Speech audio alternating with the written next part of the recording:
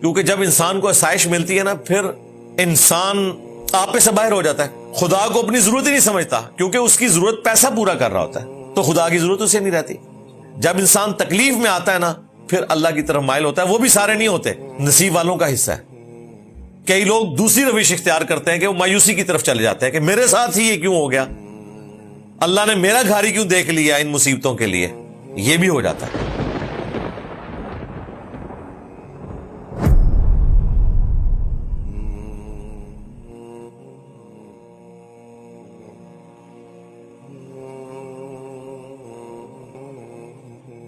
وَإِذَا أَنْعَمْنَا عَلَى الْإِنسَانِ أَعْرَضَ وَنَأَى بِجَانِبِهِ، اور جب ہم آدمی کو اپنی نعمتوں سے نوازتے ہیں تو وہ منہ پھیر لیتا ہے اور اللہ کے راستے سے دور ہٹ جاتا ہے، کنارہ کشی اختیار کر لیتا ہے۔ یہ نیچرل ہے۔ دولت کے بعد تباہی تو میں نے دیکھی ہے جی، کیا دیندار طبقہ، کیا دنیا دار طبقہ۔ دولت کے بعد راہ حق کے اوپر رہنا یہ معجزے سے کم نہیں ہے، کیونکہ جب انسان کو آسائش ملتی ہے نا، پھر انسان آپے سے باہر ہو جاتا ہے، خدا کو اپنی ضرورت ہی نہیں سمجھتا، کیونکہ اس کی ضرورت پیسہ پورا کر رہا ہوتا ہے، تو خدا کی ضرورت اسے نہیں رہتی۔ جب انسان تکلیف میں آتا ہے نا، پھر اللہ کی طرف مائل ہوتا ہے۔ وہ بھی سارے نہیں ہوتے، نصیب والوں کا حصہ ہے۔ کئی لوگ دوسری روش اختیار کرتے ہیں کہ وہ مایوسی کی طرف چلے جاتے ہیں کہ میرے ساتھ ہی یہ کیوں ہو گیا، اللہ نے میرا گھاری کیوں دیکھ لیا ان مصیبتوں کے لیے، یہ بھی ہو جاتا ہے۔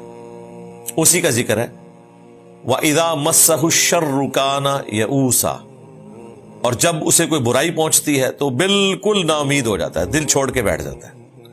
بڑی حیران کن بات ہے، انسان کتنا ناشکرا ہے۔ اگر کسی شخص کو 40 سال کی عمر میں کوئی غم پہنچا ہے، وہ کہتا ہے میری تو زندگی برباد ہوگی۔ کیسے برباد ہوگی؟ 40 سال تو تم نے اچھے گزارے، وہ کیسے برباد ہو گئے؟ ہاں، آنے والی کے بارے میں کچھ کہہ سکتے ہو، یہ کہنا کہ میری زندگی برباد ہو گئی۔ 40 سال تم نے زندگی انجوائے کی ہے، کئی لوگوں کی تو عمر بھی 40 سال نہیں ہوتی ہے، وہ کیسے ختم ہو گئے؟ اور پھر اس ایک واقعے سے اگر آپ کی زندگی کے ابھی 30 سال باقی ہیں تو وہ کیسے برباد ہو گئے؟ یہ تو ایک واقعہ ہے، گزر گیا۔ عین ممکن ہے کہ چند ہفتوں میں، چند مہینوں میں، چند سالوں میں اس سے بہتر کوئی معاملات ہو جائیں، اور عین ممکن ہے کہ یہی واقعہ آپ کی ہمیشہ کی کامیابیوں کے لیے اللہ تعالیٰ نے ایک ذریعہ بنا دیا، جو آپ کو بعد میں پتا چلے۔ نبی صلی اللہ علیہ وآلہ وسلم جب ہجرت کی رات نکلے تھے تو آپ تو تکلیف میں تھے۔ جامعہ ترمذی میں حدیث ہے، آپ مکہ شریف کی طرف، بیت اللہ شریف کی طرف رخ انور کر کے مڑ مڑ کر دیکھ رہے تھے اور کہہ رہے تھے کہ تو مجھے سب سے بڑھ کر محبوب تھا، لیکن افسوس تیرے رہنے والے مجھے اس شہر میں رہنے نہیں دیتے۔ ظاہر ہے 52 سال نبی اسلام کے شہر مکہ میں گزرے ہیں، مدینہ شریف میں تو آپ نے اپنی زندگی کے آخری 11 سال گزارے ہیں۔ ہمیں 52 سال کی عمر میں اپنا شہر چھوڑنا پڑ جائے ہمیشہ کے لیے، کتنا مشکل فیصلہ ہے، لیکن اسی مشکل فیصلے کے ساتھ اتنی بڑی کامیابی جڑی تھی کہ 13 سالہ مکی دور میں صرف 125 بندے مسلمان ہوئے، اور اگلے 13 سال کے اندر، جن میں سے 11 سال نبی اسلام کے اور 2.5 سال اور لگائے، رومنز اور پرشینز گر چکے تھے، اور اس کے بعد ایک سلسلہ شروع ہوا اور ایسا انقلاب آیا کہ آج پوری دنیا میں آپ کو اسلام کی شکل میں نظر آ رہا ہے۔ اس تکلیف کے بعد ان مع العسر یسرا، ہر مصیبت کے ساتھ آسانی ہے، ہر پریشانی کے ساتھ آسانی ہے، یہ اللہ تعالیٰ نے ساتھ ساتھ جوڑی ہوئی ہے۔ قل کل یعمل علی شاکلتہ، اے نبی ان سے فرماؤ اپنے شاکلہ کے مطابق اعمال کرتے جاؤ۔ فَرَبُّكُمْ أَعْلَمُ بِمَنْ هُوَ أَهْدَى سَبِيلًا، پس تمہارا رب خوب جانتا ہے کہ کون تم میں سے ہدایت کے راستے کے اوپر ہے۔ یہ بڑی امپورٹنٹ آیت ہے۔ شاکلہ کا ورڈ اکثر ہم نے مختلف ویڈیوز کے اندر قرآن کی تفسیر میں استعمال کیا۔ شاکلہ آپ سمجھ لیں گیون سرکمسٹانسز، وہ حالات و واقعات جو اللہ تعالیٰ نے آپ کو دیے ہیں اس کے اندر آپ پرفارم کرتے چلے جائیں. دیکھیں اس کا یہ سلسلہ پیچھے جڑ رہا ہے کہ جب ہم انسان کو نعمت دیتے ہیں تو وہ منہ پھیر لیتا ہے, اور جب تکلیف آتی ہے تو مایوس ہو جاتا ہے. بھئی اللہ تعالیٰ آپ کو تکلیف کے ذریعے, آسائش کے ذریعے, رزق میں تنگی کر کے, رزق میں کشادگی کے ذریعے آزماتا رہے گا. آپ کا کیا کام ہے؟ اے نبی قل کل یعمل علی شاکلتہ, ان سے فرماؤ جو تمہیں شاکلہ اللہ دے رہے ہیں نا اس کے مطابق اپنے اعمال کرتے جاؤ. رب تمہارا خوب جانتا ہے کہ کون زیادہ راہ کے اوپر ہے. وہ اللہ تعالیٰ قیامت کے دن فیصلہ کرے گا کہ کسی شخص کو کیسے حالات دیے گئے تھے, اس کے اندر اس نے کیسا پرفارم کیا. شاکلہ سرکمسٹانسز, حالات و واقعات یہ اللہ نے دینے ہیں, اور ہر بندے کے یہ مختلف ہیں.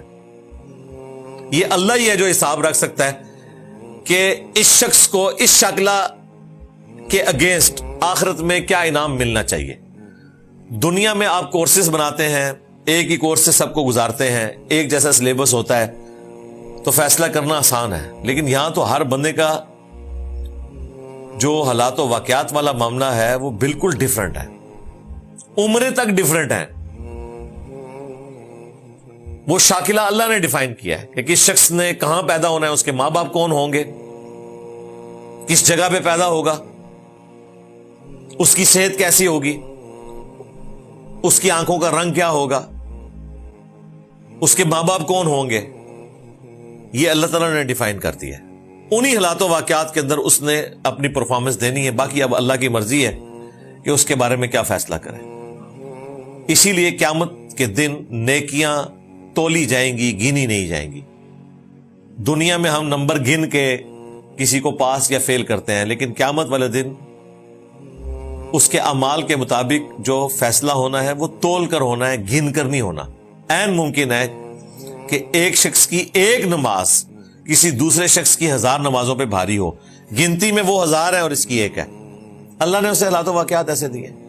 میں نے اکثر ایک بڑی موٹی سی مثال دی ہے کہ ایک وہ شخص جو گرمیوں میں جون جولائی کے سخت مہینے میں سڑک کے کنارے کھدائی کرتا ہے, اور اس کا ٹھیکیدار اسے یہ اجازت نہیں دیتا کہ وہ مزدوری چھوڑ کر مسجد میں جماعت سے نماز پڑھے, اور اس کا ذریعہ معاش وہی ہے, اور وہ شخص اپنی مزدوری کے دوران وہیں پر کپڑا ڈال کے نماز پڑھ لیتا ہے.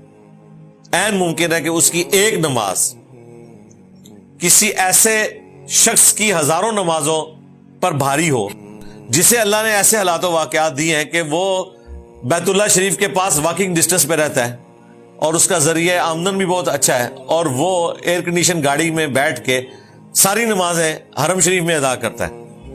وہ شاکلہ اللہ کا دیا ہوا ہے. تو یہ اللہ نے فیصلہ کرنا ہے. ہر شخص اپنے شاکلہ کے مطابق عمل کرتا جائے. اللہ تعالیٰ کو بہتر پتا ہے کہ کون راہ ہدایت پہ ہے, کون جو ہے وہ 50 نمبروں میں سے 45 لے سکتا تھا لیکن اس نے لیے 20, اپنے آپ کو خراب کر لیا. اور کون تھا جو لے ہی بیچارہ 20 سکتا تھا حالات و واقعات میں, اور اس نے 15 لے لیے اور وہ کامیاب ہو گیا, کیونکہ اس کے حالات و واقعات اسے اجازت نہیں دیتے تھے. ہر ایک بندے کا معاملہ ڈیفرنٹ ہے. لیکن اس کی بنیاد پہ کوئی یہ نہ سمجھے کہ فرائض میں کوئی ٹالرنس موجود ہے کہ جو غریب آدمی ہے تو اس نے 2 نمازیں پڑھنی ہے, اور امیر آدمی ہے تو اس نے 5 پڑھنی ہے. فرائض پہ کوئی کمپرومائز نہیں ہے. باقی جو نٹی گریٹیز ہیں, خشوع خضوع ہے, ظاہر ہے وہ ہر بندے کا معاملہ ڈیفرنٹ ہی ہوگا. ایک بندہ مزدور ہے, اس سے آپ ایکسپیکٹ نہ کریں کہ روزانہ اٹھ کے آخری پہر وہ تہجد کی نماز پڑھے گا یا قیام اللیل رمضان کا کرے گا. وہ بیچارہ پورا دن مزدوری کرتا ہے, اس کو جو اللہ نے حالات و واقعات دی ہیں اس میں وہ مشکل سے فرض پورے کر لیتا ہے. بس اس نے اپنا فرض ادا کر دیا. اللہ تبارک و تعالیٰ اب آخرت والے دن اس کے حالات و واقعات کے مطابق اس کے لیے فیصلہ کر دے گا. اللہم حاسبنا حسابا یسیرا. آمین.